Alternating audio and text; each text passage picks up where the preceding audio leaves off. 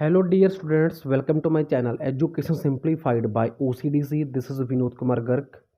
सो अगर आप PGI, AIIMS या फिर किसी भी अन्य इंस्टीट्यूट के लिए मेडिकल सोशल वर्कर एग्ज़ाम की तैयारी कर रहे हैं तो ये वीडियो आपके लिए है। और अगर आप मेडिकल सोशल वर्कर के कंप्लीट नोट्स हिंदी, इंग्लिश और पंजाबी में परचेज़ करना चाहते हैं तो 9876371788 पे संपर्क कर सकते हैं। सो इस वीडियो में आपको देने जा रहा हूँ मैं 10 डेमो क्वेश्चंस जो बहुत ही इंपॉर्टेंट हैं आपके मेडिकल सोशल वर्कर एग्ज़ाम के लिए। तो शुरू करते हैं क्वेश्चन नंबर 1। सो आपका क्वेश्चन नंबर 1 है, what is crisis situation. Crisis situation क्या होती है, मतलब संकट की स्थिति क्या होती है। तो इसका आंसर आएगा, इट इज परसेप्शन और एक्सपीरियंसिंग ऑफ एन इवेंट और situation as intolerable difficulty that exceeds person's current resources and coping mechanism. इसका अर्थ ये हुआ कि ये एक ऐसी घटना या स्थिति है जो मनुष्य सहन नहीं कर सकता और ये असहनीय कठिनाई के रूप में जो इंसान है वो धारण करता है या अनुभव करता है। और ये घटना जो होती है वो व्यक्ति के मौजूदा संसाधनों और मुकाबला तंत्र से अधिक होती है। मतलब व्यक्ति के पास किसी सिचुएशन के साथ फाइट करने के लिए जितने रिसोर्सेज हैं और जितनी उसकी कैपेसिटी है, इन दोनों से जो सिचुएशन ज़्यादा कठिनाई वाली हो तो उसको हम क्राइसिस बोलते हैं। Question number 2 is which of the following is type of crisis. निम्नलिखित में से कौन सी क्राइसिस की टाइप है, किस्म है। तो ऑप्शन है डेवलपमेंटल, सिचुएशनल, एडवेंशियस और social. And last option is all of these. तो इसका आंसर आएगा ऑल ऑफ दीज कि जो क्राइसिस होते हैं वो डेवलपमेंटल भी हो सकते हैं, जब विकास करते हैं, विकास की स्थिति में, विकास के प्रोग्रेस में कोई क्राइसिस हो सकता है। सिचुएशन मतलब किसी स्थिति को लेकर कोई क्राइसिस हो सकता है और किसी सामाजिक कार्य को लेकर भी कोई क्राइसिस हो सकता है। Next question, which of the following is sine और सिम्टम ऑफ क्राइसिस। मतलब निम्नलिखित में से कौन सा संकट का संकेत या लक्षण है। तो ऑप्शन है एंजाइटी मतलब चिंता, हाइपर एक्टिविटी का मतलब होता है अति सक्रियता, विदड्रॉल का मतलब होता है प्रत्याहरण मतलब अपने आप को किसी चीज़ से कट ऑफ कर लेना। एंड ऑप्शन सी में है डिप्रेशन मतलब अवसाद, एंजाइटी चिंता। And option D all of these. तो इसका भी आंसर आएगा ऑल ऑफ दीज मतलब ये सभी लक्षण है या फिर साइंस हैं, चिन्ह हैं किसके, क्राइसिस के, कि कोई व्यक्ति क्राइसिस में जा रहा है। Question number 4, which of the following action influence the resolution of crisis. कि कौन सा एक्शन या कौन सा फैक्टर है जो किसी क्राइसिस के समाधान को प्रभावित करता है। तो इसके ऑप्शन है आपके पास। पहला ऑप्शन है relationship between event and feelings, घटनाओं और भावनाओं के बीच का संबंध। बी ऑप्शन है अवेलेबिलिटी ऑफ सपोर्ट सिस्टम, कि समर्थन प्रणाली की उपलब्धता, कितने समर्थन प्रणाली आपके पास अवेलेबल है। एंड ऑप्शन सी है अवेलेबिलिटी ऑफ कोपिंग मैकेनिज्म। तो इसका मतलब होता है मुकाबला तंत्र की उपलब्धता, कि आपके पास कितना कौन सा मैकेनिज्म है जिसके साथ आप क्राइसिस के साथ फाइट कर सकते हैं। एंड ऑप्शन डी है ऑल ऑफ दीज। तो इसका भी आंसर आएगा ऑल ऑफ दीज। ये सभी फैक्टर हैं जो प्रभावित करते हैं आपकी किसी सिचुएशन के साथ लड़ने की कैपेसिटी को।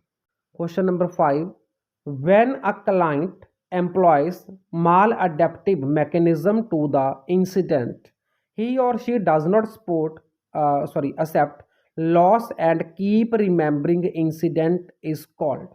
जब कोई ग्राहक, जब कोई क्लाइंट, जब कोई पेशेंट घटना के लिए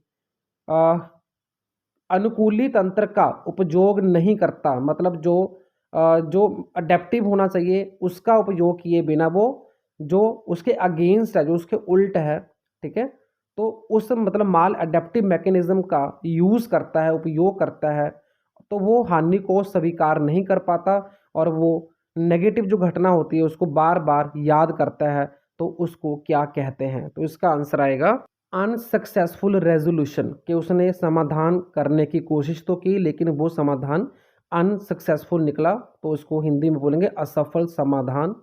तो बात करते हैं नेक्स्ट क्वेश्चन की, which of the following is aim of crisis intervention. के निम्नलिखित में से किसका उद्देश्य संकट हस्तक्षेप होता है।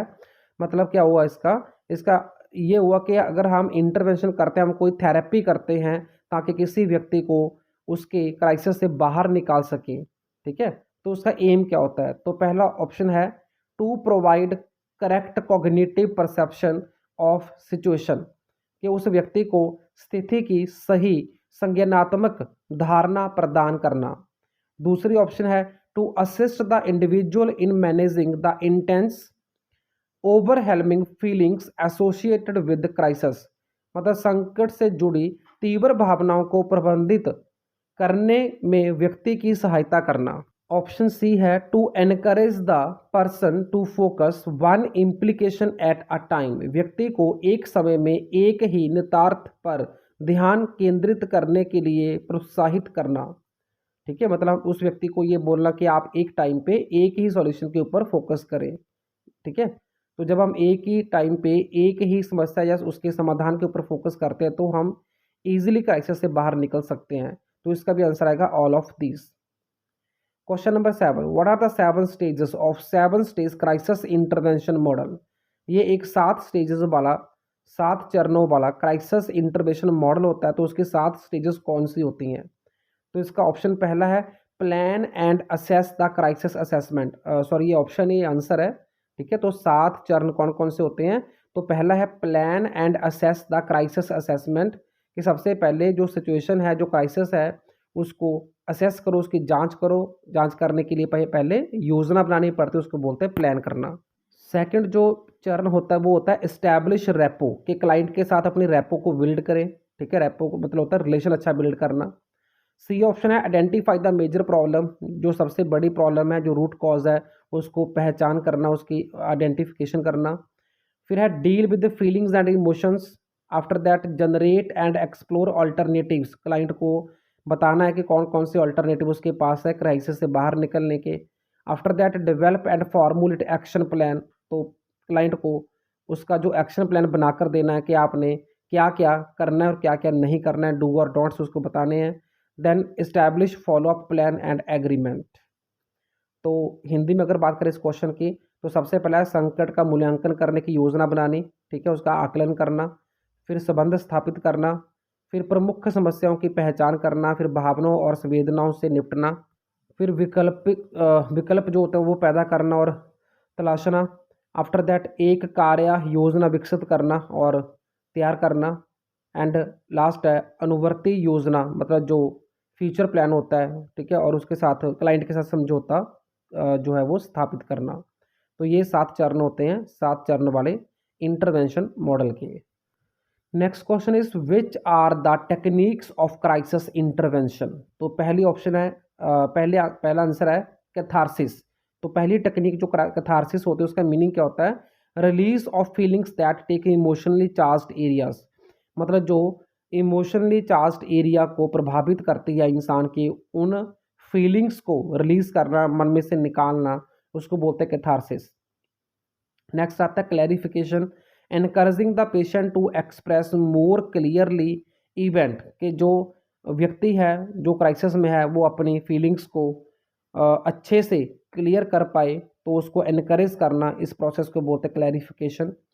एंड नेक्स्ट आता है मैनिपुलेशन यूजिंग पेशेंट्स इमोशन, मतलब जो व्यक्ति क्राइसिस में है उसी के इमोशंस को यूज़ करते हुए उसकी विशेस एंड वैल्यूज़ आदि को ध्यान में रखते हुए चीज़ों को मैनिपुलेट करना।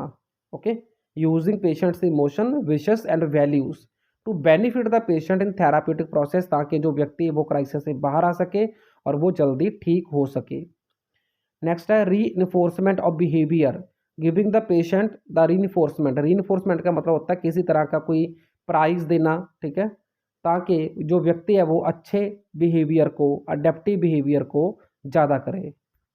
फिफ्थ टेक्निक जो है वो है sport of defence, encouraging the use of healthy adaptive defence and discouraging the unhealthy defence, मतलब क्लाइंट को जो अच्छे, जो अनुकूल डिफेंस होते हैं उसको यूज़ करने के लिए प्रोत्साहित करना, और जो अनहेल्दी डिफेंस होते हैं उसको रोकने के लिए उसको डिस्करेज करना। एंड नेक्स्ट है इंक्रीज सेल्फ एस्टीम, तो इसका अर्थ क्या होता है कि help the patient to regain feelings of self worth, मतलब जो क्लाइंट है वो उसको अपनी अहमियत का पता लगाना कि उसकी भी क्या वैल्यू है, क्या कीमत है उसकी, ठीक है। तो उससे भी जो क्लाइंट होगा वो अपने आप को जल्दी ठीक कर पाएगा।